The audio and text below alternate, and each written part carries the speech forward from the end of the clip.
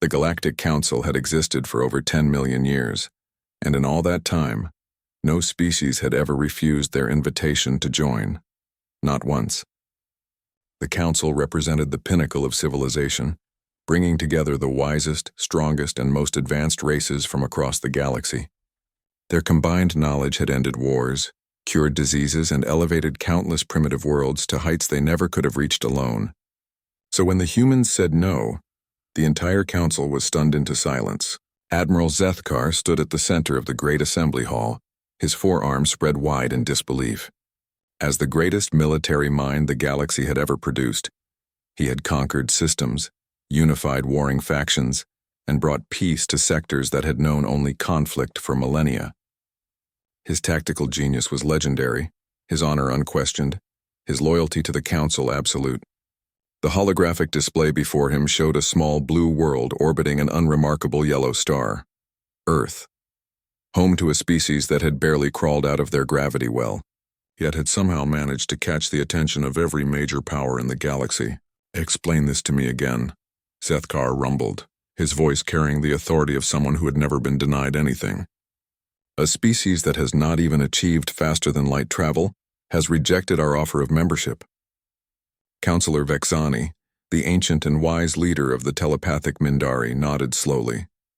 Her mental projections painted images of the human response in the air above them. "They were quite polite about it, Admiral.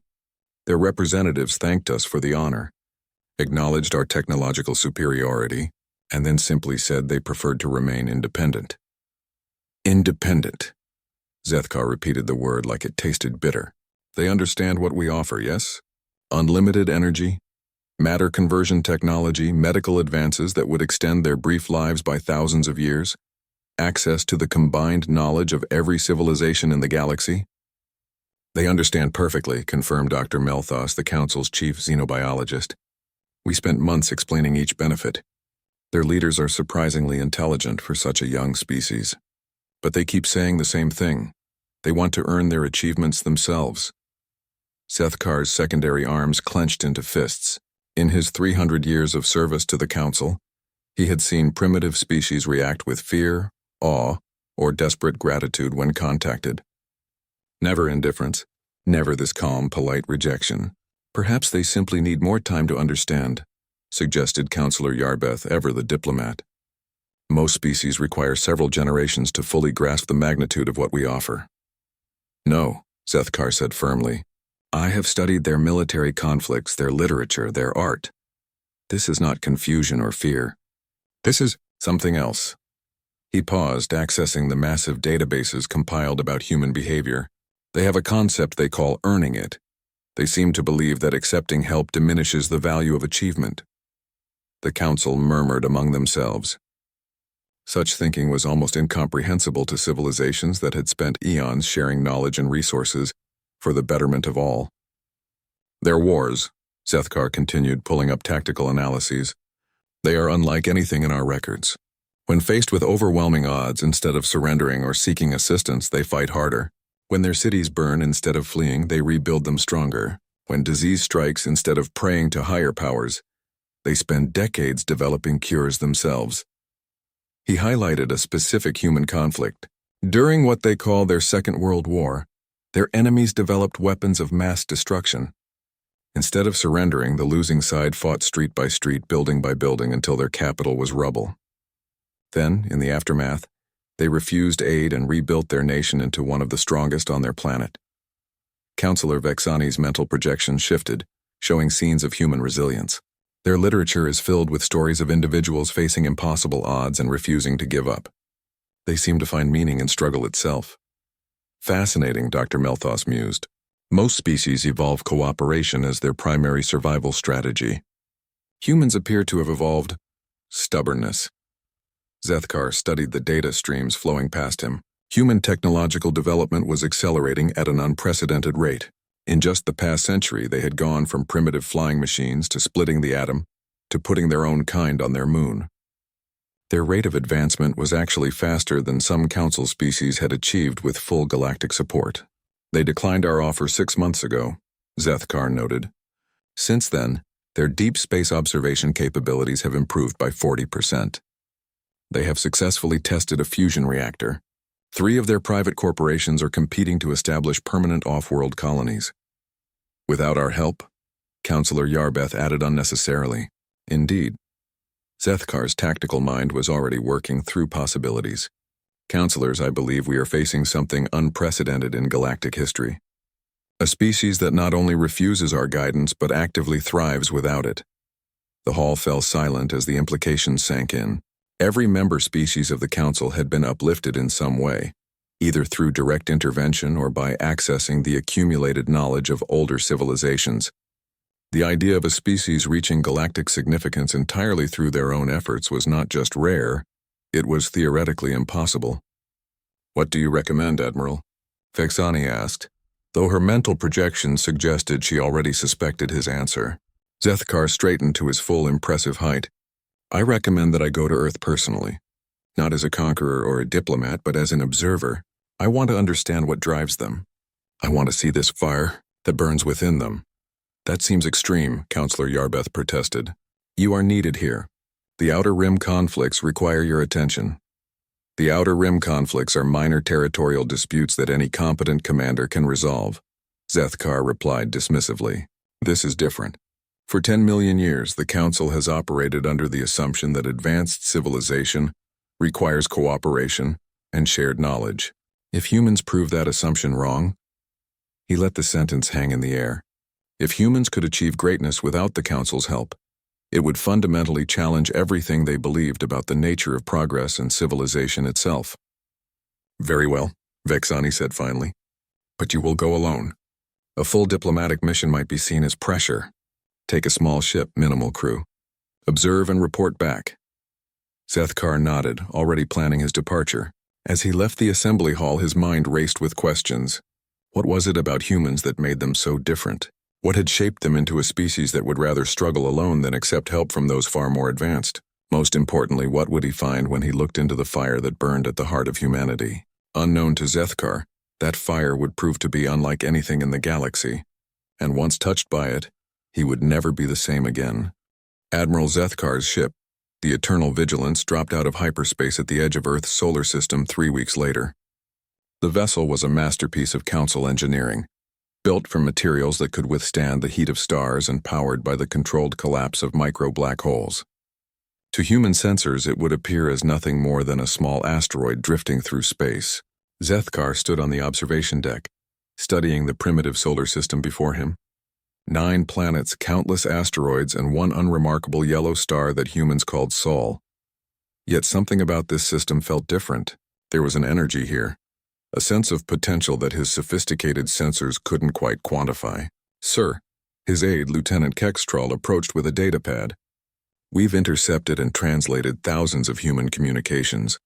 The linguistic patterns are unusual." "How so?" "They have over 7,000 distinct languages on a single planet, Admiral. Most species unify their communication systems early in their development. Humans seem to celebrate linguistic diversity." Kextrol paused, his reptilian features showing confusion. "More strange still, they appear to enjoy arguing with each other about everything from governance to the proper way to prepare their food." Zethkar nodded, having expected as much from the preliminary reports. "Show me their defensive capabilities."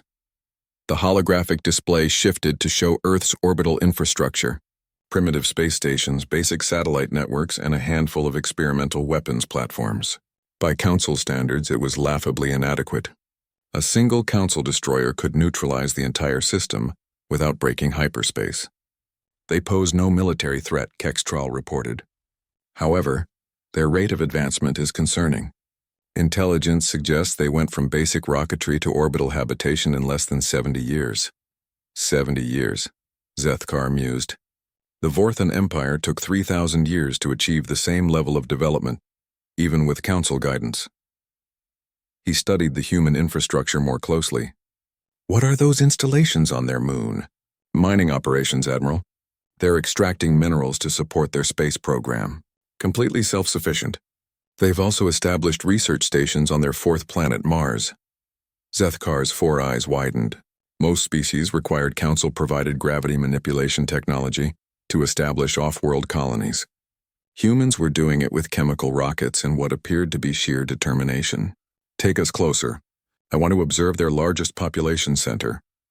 The eternal vigilance moved through space with perfect silence, its cloaking systems rendering it invisible to human detection. As they approached Earth, Zethkar began to understand why this species had captured the Council's attention. The planet's surface was a tapestry of lights, infrastructure, and activity that never ceased. Where most civilizations built efficient, orderly cities designed by central planning committees, human settlements seemed to grow organically, chaotically, each one different from the last. They never sleep, Lieutenant Kextrol observed, studying the activity patterns. Their cities operate continuously, 3 shifts around the clock, with millions of individuals pursuing thousands of different objectives simultaneously. Fascinating. Most advanced species optimize for efficiency. Humans appear to optimize for, what would you call it? Chaos, sir? No, Zethkar said thoughtfully. Possibility. They're optimizing for maximum possibility. The ship's sensors picked up human communication networks, radio waves, internet traffic, satellite communications. The sheer volume of information being exchanged was staggering. But more interesting than the quantity was the content. Humans were not just sharing practical information. They were sharing stories, ideas, dreams, arguments, jokes, and endless streams of what could only be called creative expression. They were debating philosophy while simultaneously developing new technologies. They were creating art while planning expeditions to other worlds. Admiral, Kextrel said quietly, I'm detecting something unusual. The humans know we're here. Zethkar's attention snapped to his aide. Impossible. Our cloaking technology is beyond their capability to detect. Not through technology, sir. Look at this. The display showed recent human internet activity. Forums, discussion boards, and social media platforms were filled with speculation about unusual astronomical phenomena and strange gravitational anomalies in their outer solar system. They're guessing, Zethkar realized. They can't see us, but they're intuiting our presence based on subtle changes in their environment. Should we withdraw? Zethkar considered this. In his 3 centuries of military service, he had never encountered a species that could sense cloaked vessels through pure intuition. Most civilizations required advanced sensor technology to even suspect when they were being observed. No, take us lower. I want to study their surface directly. As they descended into Earth's atmosphere, Zethkar found himself witnessing something unprecedented in galactic history. Humans were not just surviving on their hostile world, they were thriving. They had turned frozen wastelands into gardens, hostile oceans into highways, and barren deserts into cities. But more than that, they were doing it all simultaneously in thousands of different ways without any central coordination. Lieutenant, explain to me how their governance works. Kextrol consulted his data. They appear to have over 200 different governing systems on a single planet, Admiral. Some are democratic, others authoritarian. Many are hybrid systems. They frequently disagree and sometimes engage in armed conflict, yet they also cooperate on global challenges. They fight each other while simultaneously working together? Yes, sir. Currently, they're engaged in 17 different territorial disputes while jointly constructing an international space station and collaborating on climate management projects. Zethkar felt something he had never experienced before: intellectual vertigo. Human behavior was contrary to every model of civilizational development in the Council's databases. They should have destroyed themselves eons ago, or at minimum, stagnated into primitive tribalism. Instead, they were accelerating. Show me their educational systems, he commanded. The data streams that followed defied comprehension. Humans had created thousands of different approaches to education, from formal institutions to informal networks, from traditional apprenticeships to revolutionary online platforms. They were sharing knowledge faster than any Council species, but doing it in ways that no galactic civilization had ever attempted. They teach their children to question everything, Kextrol noted, reviewing translated educational materials, even their own teachers and leaders. They actually encourage young humans to challenge established knowledge. That should lead to social collapse, Zethkar muttered. Instead, it appears to drive innovation, sir. Their rate of scientific advancement is accelerating exponentially. Zethkar studied the data for long minutes. Humans were proving every fundamental assumption of galactic civilization wrong. They were chaotic yet functional, Combative yet cooperative, primitive yet rapidly advancing. Admiral, Kestrel said quietly, there's something else. Their military conflicts are not just about resources or territory. Many of them are about ideas. They fight wars over concepts like freedom, justice, and the proper way to organize society. They go to war over philosophy? Yes, sir.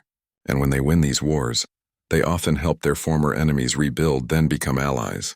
Their greatest military rival from a century ago is now one of their closest partners. Zethkar felt his worldview shifting like tectonic plates. Everything he thought he knew about the nature of intelligence, civilization, and progress was being challenged by these impossible humans. Take us to their most advanced research facility, he ordered. I need to see how they approach the development of new knowledge. As the Eternal Vigilance moved toward what humans called CERN, Admiral Zethkar began to suspect that his mission would not end with a simple report to the Council.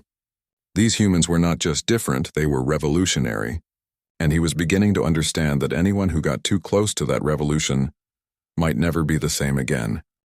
The European Organization for Nuclear Research, known to humans as CERN, sprawled across the border between France and Switzerland like a testament to organized chaos. From orbit, Admiral Zethkar watched thousands of humans from dozens of nations working together on projects that should have been impossible for their level of technology. They're attempting to recreate the conditions present moments after their universe began, Lieutenant Kestrel reported, his voice filled with disbelief. With technology that is barely beyond chemical rockets and primitive electronics.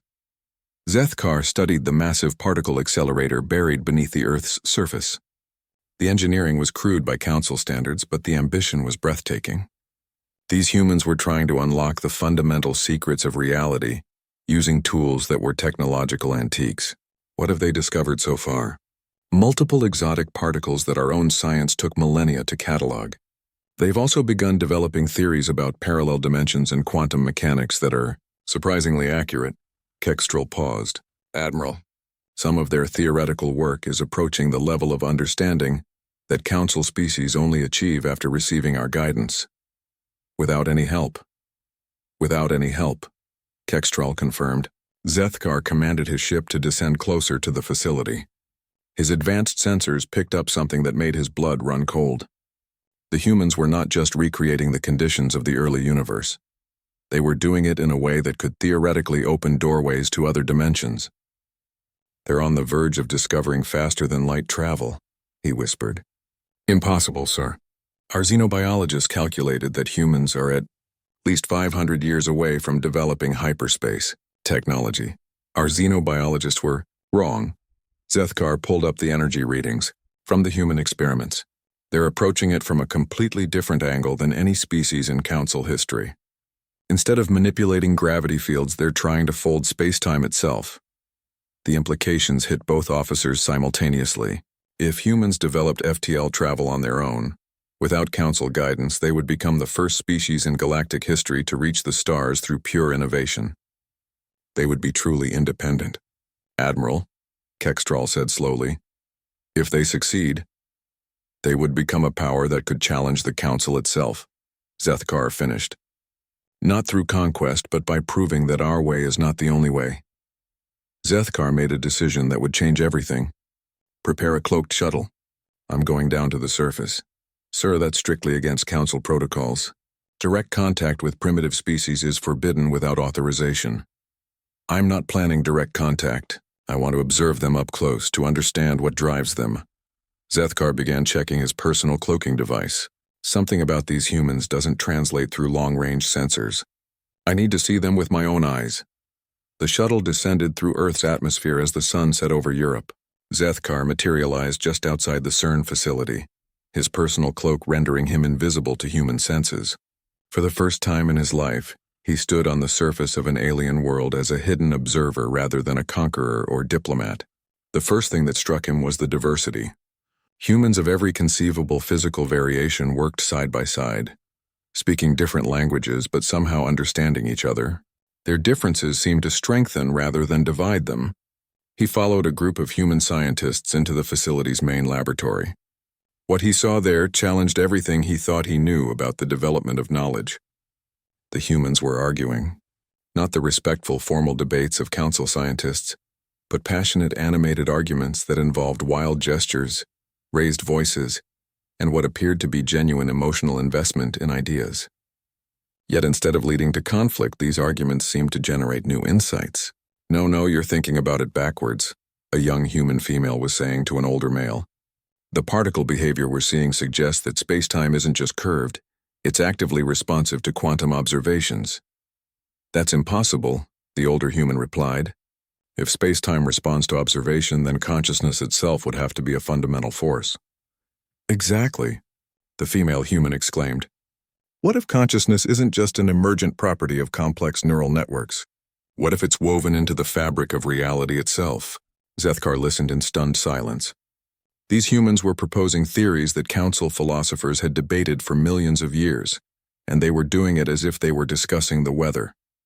More incredibly, they were wrong about as often as they were right, but they didn't seem to mind being wrong. When their experiments failed, they celebrated the failure as new information. When their theories were disproven, they laughed and immediately began developing new ones.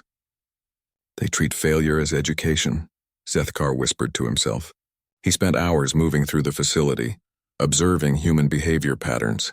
Unlike council species, which approached problems methodically and efficiently, humans seemed to thrive on chaos and uncertainty. They would pursue dozens of different approaches simultaneously, allowing them to fail quickly and adapt rapidly.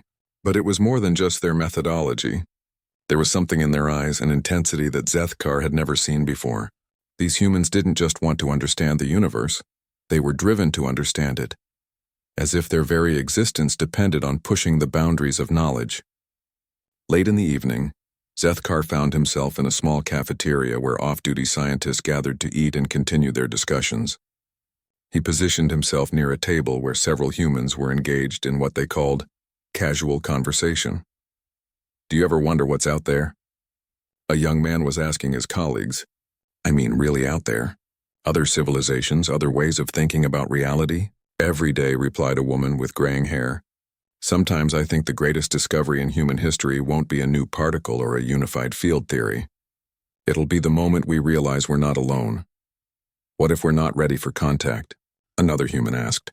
What if there are civilizations out there so advanced that they see us the way we see bacteria? Then they'll underestimate us, the first man said with a grin. Humans have a bad habit of exceeding expectations. Zethkar felt something shift inside him. These humans weren't just theorizing about contact with alien civilizations. They were preparing for it emotionally and intellectually. They were considering the possibility that they might be the primitive species in such an encounter. And rather than being intimidated by that prospect, they seemed energized by it. You know what I think? The graying woman continued. I think the universe is vast enough for multiple approaches to existence. Maybe some civilizations develop through cooperation and shared knowledge. Maybe others develop through struggle and independence. Maybe we need both. Different species, different evolutionary pressures, different solutions, the young man agreed. Diversity of thought on a galactic scale. Zethkar stepped back from the table, his mind reeling. These humans were already thinking beyond their own world, beyond their own species, beyond their own way of existing. They were preparing for a galaxy where multiple forms of consciousness and civilization could coexist and learn from each other. As he made his way back to the shuttle, Zethkar realized that something fundamental had changed in his understanding of the universe. For 10 million years, the Council had operated under the assumption that there was one optimal path to advanced civilization. They had believed that their way was not just better, but that it was the only way that worked. But humans were proving that assumption wrong. They were showing that chaos could be more creative than order, that independence could be stronger than cooperation, that struggling alone could produce better results than accepting help. More than that, they were demonstrating that the universe might be big enough for multiple approaches to consciousness and civilization. As Zethkar's shuttle lifted off from Earth's surface, he found himself facing a choice that no council officer had ever faced before. He could return to the council and recommend that they force humanity to accept their guidance, ensuring that human development followed the same path as every other species. Or he could allow humanity to continue their impossible journey, knowing that their success would fundamentally change the balance of power in the galaxy. But first, he needed to understand exactly what drove these remarkable beings. He needed to experience their fire for himself. Admiral Zethkar made a decision that violated every protocol in the Council military handbook. Instead of returning to his ship, he dismissed Lieutenant Kextral and sent the Eternal Vigilance back to Council space with orders to report that he was conducting extended deep reconnaissance. Then he did something unprecedented in galactic history. He established a permanent observation post on a primitive world. Using advanced Council technology, Zethkar created a hidden base beneath the Canadian Rockies, complete with sensors that could monitor global human activity in real time. His official report would claim he was conducting a comprehensive analysis of human technological development. The truth was far more personal.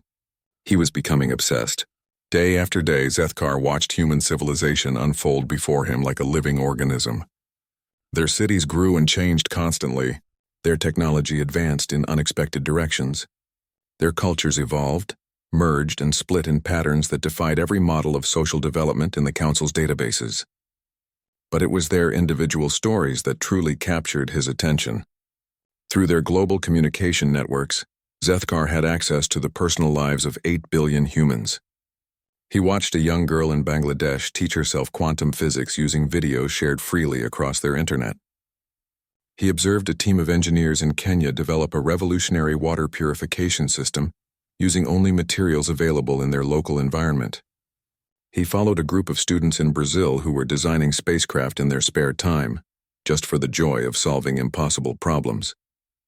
Every human seemed to carry within them a spark of something that Zethkar had never encountered before. They called it many things: ambition, curiosity, hope, stubbornness. But whatever it was, it drove them to attempt things that should have been impossible.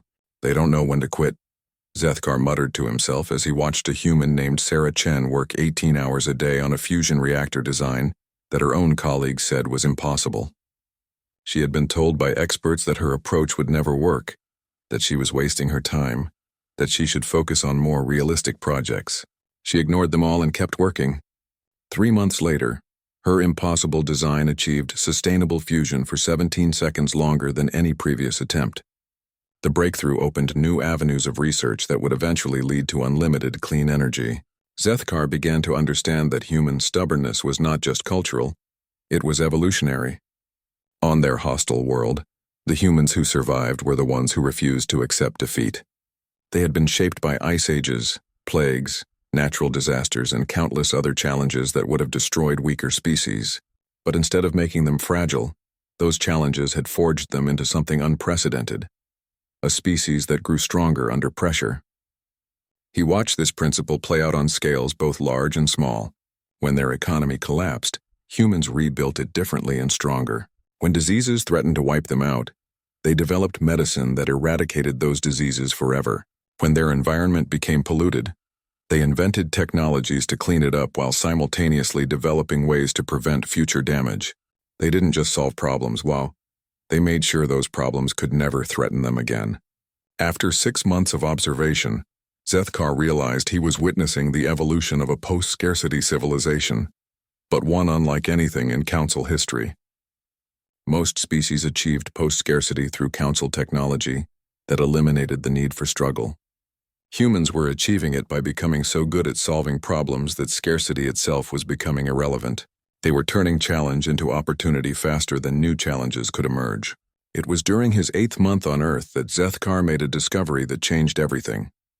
While monitoring human internet traffic, he stumbled across something that made his 4 hearts stop beating. A discussion forum dedicated to something humans called the Fermi Paradox. Thousands of humans were debating why, in a universe filled with billions of stars and potentially habitable planets, they had never encountered signs of intelligent alien life. The solutions they proposed ranged from the scientific to the philosophical, but one thread of discussion caught Zethkar's attention. What if alien civilizations exist but they're too advanced to bother with us? A human named Marcus Reeves had written. What if there's a galactic community out there, but they only admit species that meet certain criteria? That would explain a lot, another human responded. Maybe first contact only happens when a species proves they're worthy of joining the Galactic Club. But worthy how? Marcus continued. Military strength? Technological advancement? Or something else entirely? The discussion that followed was the most sophisticated analysis of galactic politics that Zethkar had ever encountered. These humans, with no knowledge of the Council's existence, had correctly deduced not only its presence but its basic operating principles. More disturbing still, they were debating whether they would want to join such an organization. "Personally," wrote a human named Dr. Elena Vasquez, "I think I'd rather we figure things out ourselves. There's something to be said for earning your achievements instead of having them handed to you." "Agreed," Marcus replied. "If aliens showed up tomorrow offering us unlimited energy and faster-than-light travel, I think we should thank them politely and ask if we can develop those technologies ourselves instead." Zethkar stared at the screen in shock. These humans were not only anticipating contact with advanced alien civilizations, they were preparing to refuse their help. He spent the next several days reading through similar discussions across human networks. The consensus was remarkable. Most humans believed that accepting advanced technology from aliens would rob them of the satisfaction of discovery and potentially make them dependent on beings they didn't understand. "We need to earn our place in the galaxy," one human philosopher had written, "not be given it as charity." Zethkar began to understand that the Council's initial contact with humanity had failed, not because humans didn't understand what was being offered, but because they understood it perfectly. They had rejected Council membership for the same reason they rejected easy solutions to their own problems, because the struggle itself was what made them strong. But as Zethkar continued his observations, he began to notice something else. The longer he watched these remarkable beings, the more he found himself agreeing with their philosophy. The Council's way, which had seemed so obviously superior for millions of years, began to appear limited. Council species achieved great things, but they achieved them through collaboration and shared knowledge. They built upon the discoveries of others, refined existing technologies, and optimized established systems. It was efficient, elegant, and sophisticated, but it was also predictable. Humans, on the other hand, were creating entirely new categories of achievement. They weren't just building better versions of existing technologies. They were inventing completely novel approaches to problems that Council species had considered solved. Their art was unlike anything in galactic history. Their music combined mathematical precision with emotional intensity in ways that made Zethkar question everything he thought he knew about the relationship between logic and feeling. Their literature explored philosophical concepts that challenged fundamental assumptions about consciousness, reality, and existence itself. They were not just a different species, they were a different way of being conscious.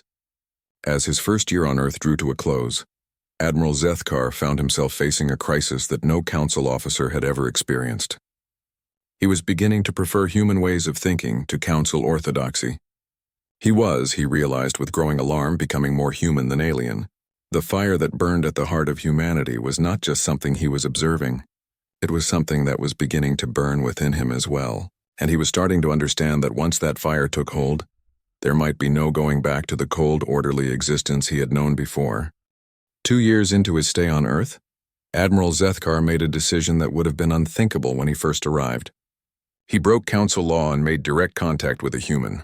The opportunity arose when Dr. Sarah Chen, the fusion researcher he had been observing, discovered his hidden sensors during a routine geological survey in the Canadian Rockies.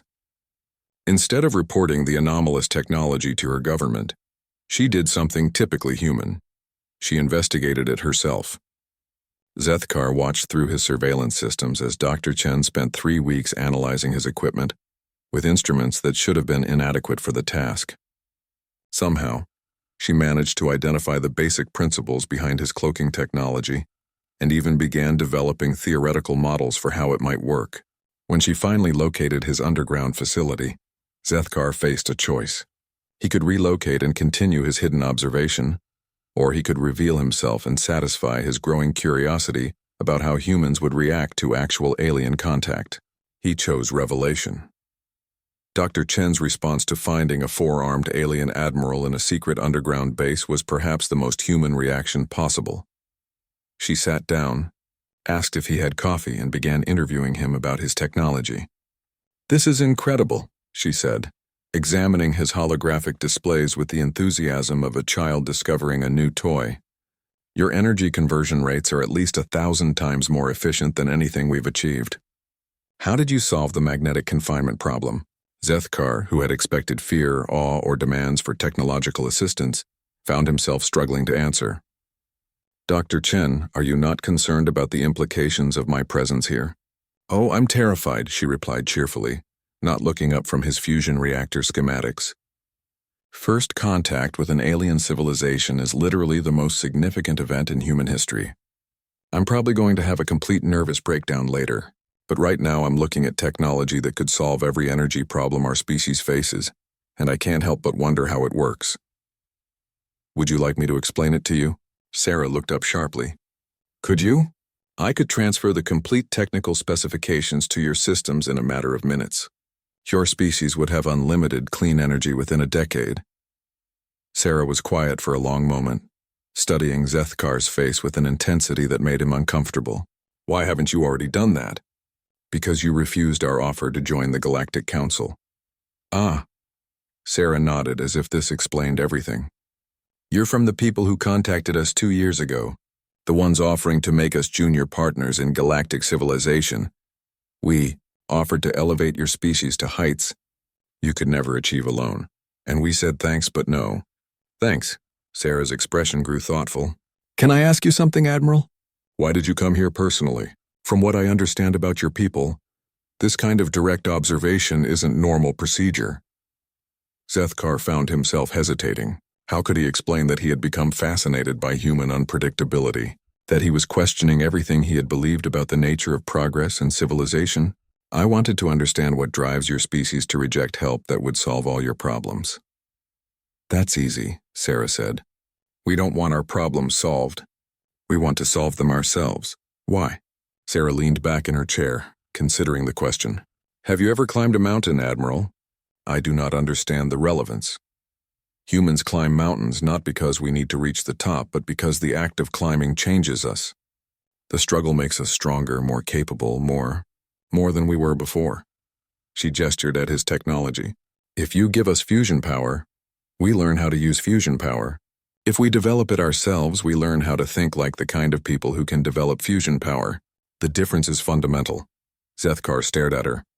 You would rather struggle for decades than accept a solution that could benefit your entire species immediately? We would rather become the kind of species that can develop our own solutions, Sarah corrected. Because once we're that kind of species, we can solve problems you haven't even thought of yet. Over the following weeks, Zethkar found himself returning to Sarah's mountain climbing analogy. The Council had spent millions of years helping species reach the top of the mountain of galactic civilization. But in doing so, they had deprived those species of the transformative experience of the climb itself. Council species were advanced, sophisticated, and capable, but they were also, Zethkar began to realize, fundamentally limited. They could use the technologies they had been given, but they couldn't transcend them. They could optimize existing solutions, but they couldn't create revolutionary new approaches. They had reached the summit, but they had never learned to be mountain climbers.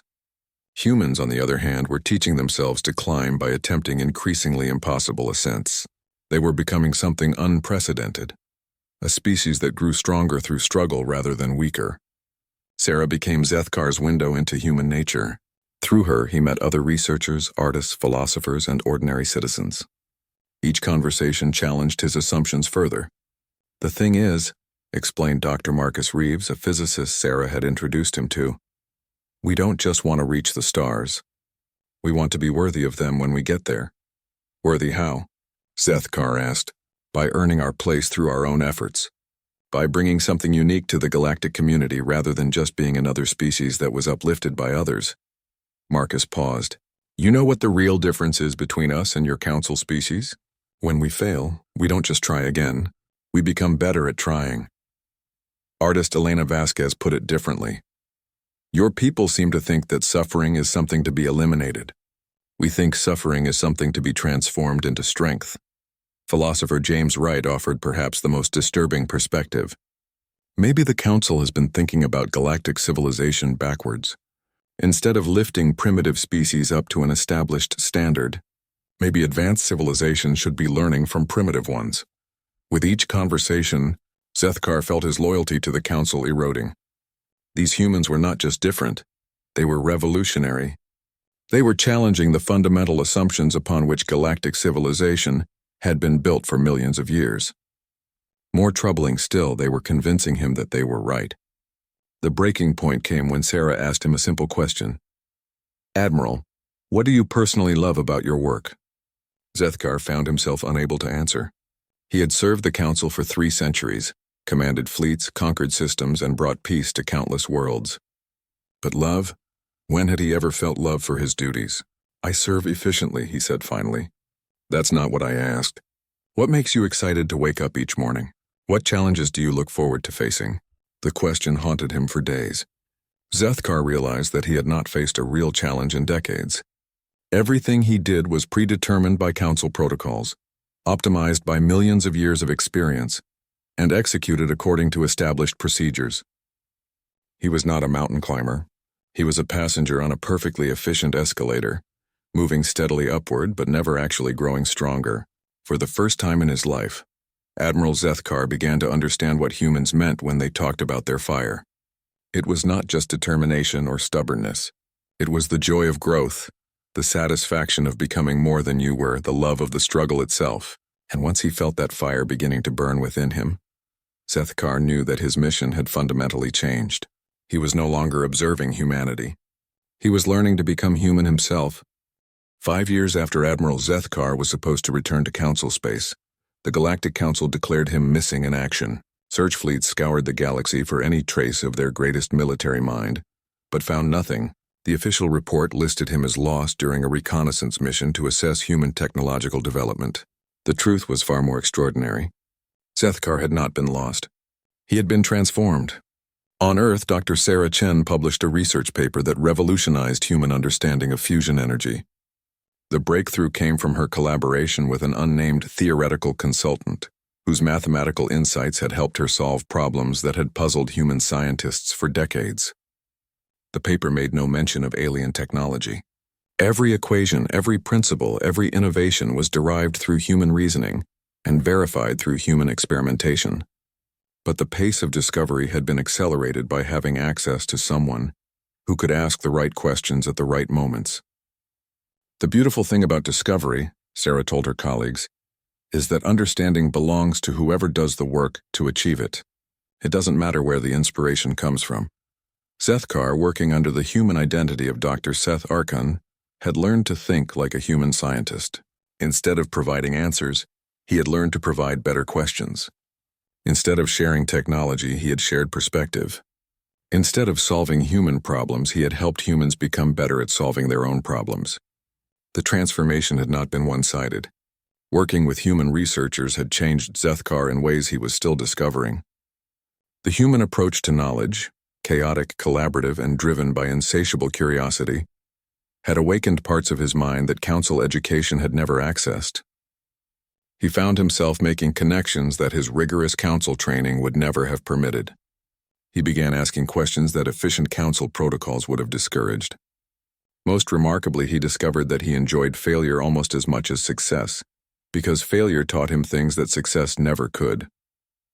"You're thinking like one of us," Sarah observed during one of their late-night research sessions. "It's remarkable to watch." "How so?" "When we first met, you approached problems like someone who had already learned all the answers. Now you approach them like someone who's excited to discover new questions." Zethkar had indeed learned to love questions more than answers. Human science was not about collecting facts. It was about developing better ways to think about reality. Every solved problem revealed 10 new mysteries. Every answer opened doors to deeper questions. It was, he realized, the most addictive experience he had ever encountered. But the transformation went beyond intellectual curiosity. Living among humans had awakened emotions that Zethkar had never known he possessed. He felt pride when young researchers made breakthroughs. He experienced joy when collaborating on difficult problems. He discovered the satisfaction of teaching others to think for themselves, rather than simply commanding their obedience. Most surprisingly, he had learned to love uncertainty itself. Council civilization was built on the elimination of uncertainty through perfect knowledge and optimal solutions. But humans thrived on uncertainty, treating it as the space where possibility lived. They were not afraid of not knowing. They were excited by the opportunity to learn. The unknown isn't a problem to be solved, Dr. Marcus Reeves had explained to him. It's an adventure to be experienced. 3 years into his new life as Dr. Seth Arkin, Zethkar faced his greatest challenge yet. A council fleet arrived in Earth's solar system. The official mission was to investigate his disappearance and complete his assessment of human technological development. The real purpose, Zethkar knew, was to determine whether humanity posed a threat to council hegemony. Through his hidden sensors, he watched the council ships take position beyond Pluto's orbit. Admiral Varthek, his former subordinate, was leading the expedition with orders to locate Zethkar and, if necessary, eliminate the human threat through surgical strikes against their most advanced research facilities. For the first time since arriving on Earth, Zethkar felt the weight of his former identity. He was still technically a council admiral. He still had access to their communication systems. He could contact the fleet, reveal his location, and resume his old life. Instead, he made a choice that would have been incomprehensible to the being he had been 5 years earlier. He decided to protect humanity from his own people. "Sarah," he said during their next meeting, "I need to tell you something about my origins." The conversation that followed changed both of their lives forever. Sarah listened without interruption as Zethkar explained his true identity, his original mission, and the fleet that was now positioned to destroy everything she and her colleagues had worked to achieve. "So," she said when he finished, "you're really an alien admiral who came here to spy on us and ended up becoming human yourself. That is an accurate summary. And now your own people want to stop us from developing independently because they see us as a threat to their way of life." "Also accurate." Sarah was quiet for a long moment. Then she smiled. "Seth, this is the most human story I've ever heard." "How so?" "You were given a mission to observe and report. Instead, you chose to learn and grow. You were supposed to remain objective and detached. Instead, you became personally invested in our success." Her smile widened. "You even chose to protect strangers at the cost of your own position and safety. That's not alien behavior, that's human behavior. I am still physiologically Keth Moran, but psychologically, emotionally, intellectually, you're one of us now." Sarah leaned forward. "The question is, what are we going to do about that fleet?" Over the next several days, Zethkar and a small group of human scientists developed a plan that was audacious even by human standards. Instead of hiding from the council fleet or trying to fight it, they would do something unprecedented in galactic history. They would invite them to learn, using Zethkar's knowledge of council protocols and human understanding of first contact procedures. They crafted a message that was broadcast simultaneously to every ship in the council fleet. "Greetings, representatives of the Galactic Council," the message began. "We are aware of your presence in our system and understand your concerns about our technological development. We invite you to observe our research facilities and judge for yourselves whether humanity represents a threat or an opportunity." But the real innovation was what came next. "We also invite any members of your expedition who are interested to participate in our research as equals, rather than observers. We believe that collaboration between different approaches to consciousness and discovery could benefit both our species and yours." The message included detailed scientific papers, artistic works, philosophical treatises, and cultural artifacts that demonstrated the full range of human achievement. But more than that, it included invitations to contribute. "We are not asking for your technology or your guidance," the message concluded. "We are asking for your partnership in the adventure of discovery itself." Admiral Varthek's response was immediate and predictable. The human offer was refused, and the fleet prepared to take action against Earth's most advanced facilities. But something unexpected happened. Individual council officers began requesting permission to visit Earth's surface. Scientists, engineers, artists, and philosophers who had spent centuries following established protocols suddenly found themselves curious about these beings who approached knowledge so differently.